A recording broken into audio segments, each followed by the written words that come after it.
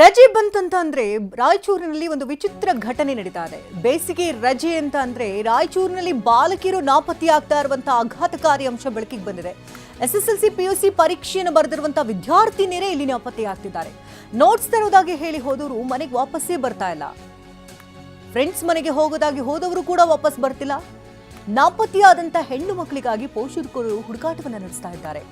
ರಾಯಚೂರು ಜಿಲ್ಲೆಯ ಹಲವು ಠಾಣೆಗಳಲ್ಲಿ ಬರೋಬ್ಬರಿ 19 ಕೇಸ್ಗಳು ದಾಖಲಾಗಿದೆ.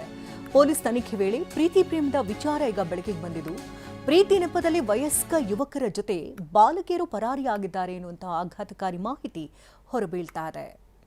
ಇದು ರಾಯಚೂರಿನಲ್ಲಿ ಆಗ್ತಾ ಇರುವಂತಹ ಘಟನೆ. SSLC PUC ಬರೆದಂತಹ ಮಕ್ಕಳು ರಜೆ ಇದೆ ಅಂತ ಮನೆಯಲ್ಲಿರ್ತಾರೆ. ಫ್ರೆಂಡ್ಸ್ ಮನೆಗೆ ನೋಟ್ಬುಕ್ ತರಕ್ಕೆ ಹೋಗ್ತೀನಿ ಅಂತ ಹೇಳ್ತಾರೆ, ಆಟ ಆಡ್ಕೊಂಡು ಬರ್ತೀನಿ ಅಂತ ಹೋಗ್ತಾರೆ. ಇಂಥ ಸಂದರ್ಭದಲ್ಲಿ ಈ ಒಂದು ದುರ್ಘಟನೆಗಳು ನಡೀತಾ ಇದೆ. ನಮ್ಮ ಪ್ರತಿನಿಧಿ ರಾಯಚೂರು SP ಅವ್ರನ್ನ ಮಾತನಾಡಿಸಿದ್ದಾರೆ. ಏನು ಹೇಳಿದ್ದಾರೆ ಕೇಳೋಣ.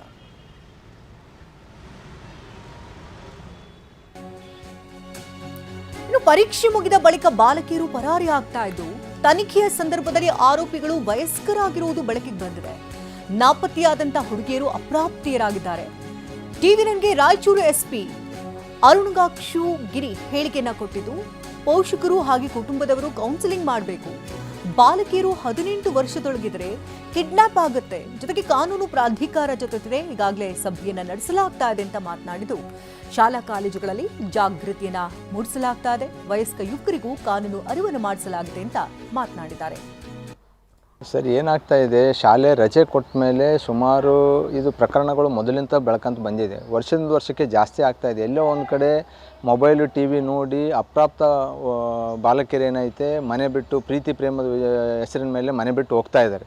ಇದರಿಂದ ಏನಾಗುತ್ತೆ ಅಂತಂದರೆ, ಒಂದು ಕಡೆ ಹುಡುಗಿ ಕುಟುಂಬದವರು ಸಫರ್ ಆಗ್ತಾರೆ. ಎರಡನೇದೇನಂತಂದರೆ, ಅಪ್ರಾಪ್ತರಾಗಿರೋದ್ರಿಂದ ಯಾರು ಕರ್ಕೊಂಡು ಹೋಗಿರ್ತಾರೆ ಹುಡುಗರು ಪ್ರೀತಿ ಪ್ರೇಮದ ಹೆಸರು ಮೇಲೆ, ಅವ್ರ ಮೇಲೆ ಫೋಸ್ಕೋ ಕೇಸ್ ಆಗೋದ್ರಿಂದ ಆ ಕುಟುಂಬದವರು ಸಫರ್ ಆಗ್ತಾರೆ.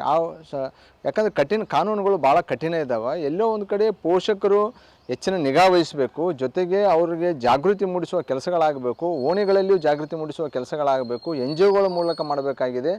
ಜೊತೆಗೆ ಪೊಲೀಸರು ಸಹ ಮಾಡಬೇಕಾಗಿದೆ. ಅದರ ಜೊತೆಗೆ ಶಿಕ್ಷಣ ಇಲಾಖೆ ಶಾಲಾ ಕಾಲೇಜುಗಳಲ್ಲಿ ಇದು ಆಗೋದ್ರಿಂದ ಏನಾಗುತ್ತೆ, ಪರಿಣಾಮಗಳೇನಾಗುತ್ತವೆ, ಕುಟುಂಬಗಳು ಯಾವ ರೀತಿ ಬೀದಿ ಪಾಲಾಗ್ತವೆ ಅಂತೇಳಿ ಅವರಿಗೆ ಜಾಗೃತಿ ಮೂಡಿಸಬೇಕಾಗಿದೆ.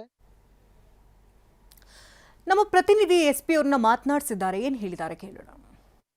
ಅಪ್ರಾಪ್ತ ಬಾಲಕಿಯರು ನಾಪತ್ತೆ ಪ್ರಕರಣಕ್ಕೆ ಸಂಬಂಧಪಟ್ಟಂತೆ ಯಾವ ರೀತಿ ಜಾಗೃತಿ ಮೂಡಿಸ್ತಾ ಇದ್ದೀರಿ ಮತ್ತು ಎಷ್ಟು ಕೇಸ್ಗಳಾಗಿದ್ದಾವೆ? ಟೋಟಲ್ 19 ಕೇಸಸ್ ರಿಪೋರ್ಟ್ ಆಗಿದ್ದಾವೆ. ಸೊ ಇದು ಇಲೋಪ್ಮೆಂಟ್ ಬೇಸ್ಡ್ ಕಿಡ್ನ್ಯಾಪಿಂಗ್ ಕೇಸಸ್. ಸೊ ಇದರಲ್ಲಿ 6 ಟ್ರೇಸ್ ಆಗಿದೆ, ಇನ್ನು 13 ನಾವು ಟ್ರೇಸ್ ಮಾಡ್ತಾ ಇದ್ದೀವಿ. ಇದು ಮಾರ್ಚ್ ತಿಂಗಳಲ್ಲಿ. ಸೊ ಬೇಸಿಕಲಿ ಇದು ಸ್ಕೂಲ್ ಎಕ್ಸಾಮ್ಸ್ ಎಲ್ಲ ಮುಗಿದಿದೆ, ಕಾಲೇಜ್ ಎಕ್ಸಾಮ್ಸ್ ಎಲ್ಲ ಮುಗಿದೋಗಿದೆ. ಅದರಿಂದ ಇವಾಗ ಬಿಲೋ 18 ಯಾರು ಗರ್ಲ್ಸ್ ಇರ್ತಾರೆ, ಸೊ ಅದು ಲವ್ ಕೇಸಸಲ್ಲಿ ಇಲೋಪ್ಮೆಂಟ್ ಆಗ್ತಾ ಇರೋದು ಸ್ವಲ್ಪ ಜಾಸ್ತಿ ನಾವು ಕಂಡುಬರ್ತಾ ಇದೆ.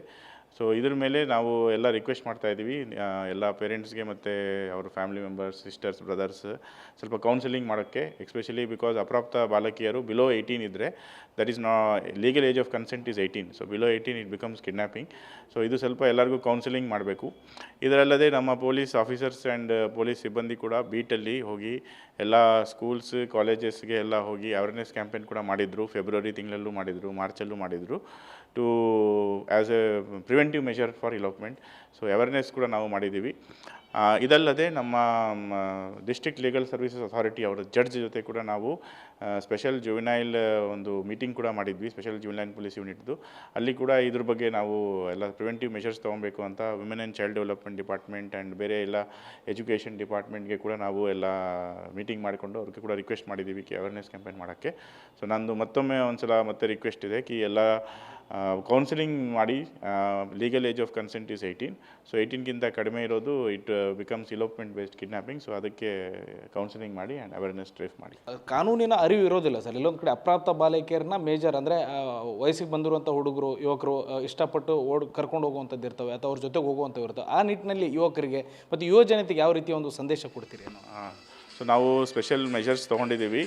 ಈ ನಮ್ಮ ಹಾಸ್ಟೆಲ್ಗಳಲ್ಲಿ ಮತ್ತು ನಮ್ಮದು ಪೇಯಿಂಗ್ ಗೆಸ್ಟ್ಸ್ ಇರ್ಬೋದು, ಆಮೇಲೆ ಪೇಯಿಂಗ್ ಅಕಾಮಿಡೇಷನ್ಸ್ ಏನೇನಿದೆ, ಸೊ ಇಲ್ಲೆಲ್ಲ ನಾವು ಸ್ಪೆಷಲ್ ಡ್ರೈವ್ಸ್ ಮಾಡಿ ಆ ಹಾಸ್ಟೆಲಲ್ಲಿರೋ ಎಲ್ಲ ಸ್ಟೂಡೆಂಟ್ಸ್ಗೆ ಕೂಡ ನಾವು ಇದ್ರ ಬಗ್ಗೆ ಅವೇರ್ನೆಸ್ ಡ್ರೈವ್ಸ್ ಮಾಡಿದ್ವಿ. 18 is the legal age of consent. ಆಮೇಲೆ ನಮ್ಮ 112 ಗಾಡಿ ಕೂಡ ಹೋಗ್ಬಿಟ್ಟು they have done lot of campaigns and ನಮ್ಮ ಇನ್ಸ್ಪೆಕ್ಟರ್ ಸಬ್ ಇನ್ಸ್ಪೆಕ್ಟರ್ ಕೂಡ ವಿಸಿಟ್ ಮಾಡಿ ಇದ್ರ ಬಗ್ಗೆ ಕ್ಯಾಂಪೇನಿಂಗ್ ಕೂಡ ಮಾಡಿದ್ದಾರೆ.